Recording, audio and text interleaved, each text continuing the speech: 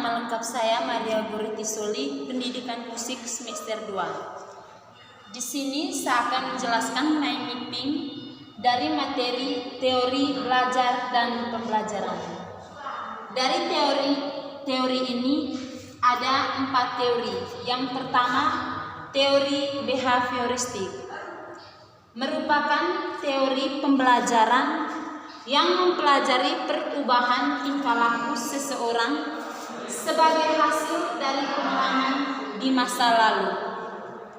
Dari teori behavioristik ada empat para tokoh yang mengemukakan. Yang pertama, menurut Edward Thorndike, ia memiliki pengertian dari teori behavioristik yang dipahaminya sebagai proses interaksi antara stimulus dan respon. Yang kedua, menurut Ivan Pavlov. Pavlov terkenal dalam teori behavioristik karena percobaannya terhadap anjing, dengan cara ia memperlihatkan makanannya terhadap anjing. Yang ketiga, menurut Brunus Frederick Skinner, ia memiliki pendapat bahwa hubungan antara stimulus dengan respon yang ditunjukkan individu atau subjek terjadi melalui interaksi dengan lingkungan. Yang keempat, menurut Robert Cagne, ia memiliki pendapatnya sendiri mengenai istilah belajar, yaitu sebagai proses suatu organisasi atau siswa berubah perilakunya sebagai akibat dari pengalaman yang pernah dialami. Yang kelima, menurut Albert Bandura, ia memandang dari teori behavioristik bahwa mengubah tingkah laku peserta didik dari tidak bisa menjadi bisa, dari tidak mengerti menjadi mengerti. Yang kedua, teori kognitivistik. Pengertiannya merupakan suatu peristiwa mental tingkah laku yang terbentuk saat individu melakukan interaksi dengan lingkungan sekitar. Dari teori kognitivistik ada beberapa ahli yang mengemukakan.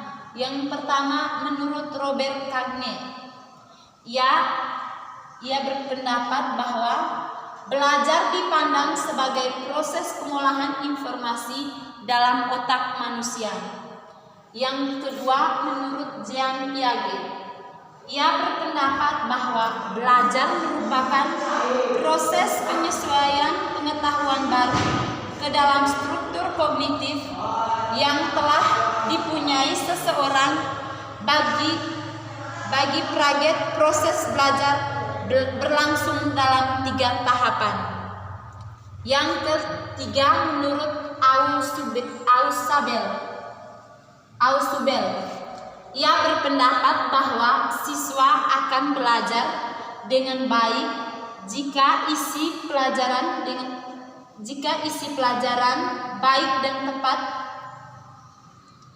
kepada siswa. Dengan demikian akan mempengaruhi pengaturan kemajuan siswa.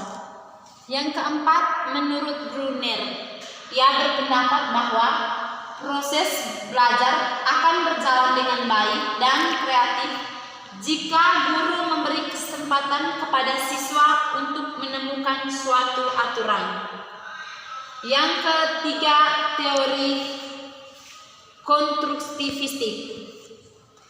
Pengertiannya secara umum didefinisikan sebagai pembelajaran yang bersifat generatif, yaitu tindakan mencipta sesuatu makna dari apa yang dipelajari. Dari teori ini ada 2 para ahli yang mengemukakan. Yang pertama, Jean Piaget. Ia memandang perkembangan kognitif sebagai suatu proses di mana anak secara aktif membangun sistem makna dan pemahaman realitas melalui pengalaman-pengalaman dan interaksi mereka. Yang kedua, menurut Vygotsky, ia mendefinisikan sebagai pembelajaran yang bersifat generatif, yaitu tindakan mencipta sesuatu makna dari apa yang dipelajari. Yang keempat, teori humanistik. Pengertiannya secara umum bahwa merupakan suatu teori dalam pembelajaran yang mengedepankan bagaimana memanusiakan manusia serta peserta didik mampu mengembangkan potensi dirinya. Dari teori ini ada dua ahli yang mengemukakan. Yang pertama, Abraham Haroldi. Ia berpendapat bahwa didasarkan pada asumsi bahwa di dalam diri individu ada dua hal, yaitu suatu usaha yang positif untuk berkembang dan kekuatan untuk menolak perkembangan itu. Yang kedua, menurut Arthur Combs, ia berpendapat bahwa guru tidak dapat memaksakan pembelajaran yang siswanya tidak suka dengan kehidupan mereka. Demikian dari saya, sekian dan terima kasih.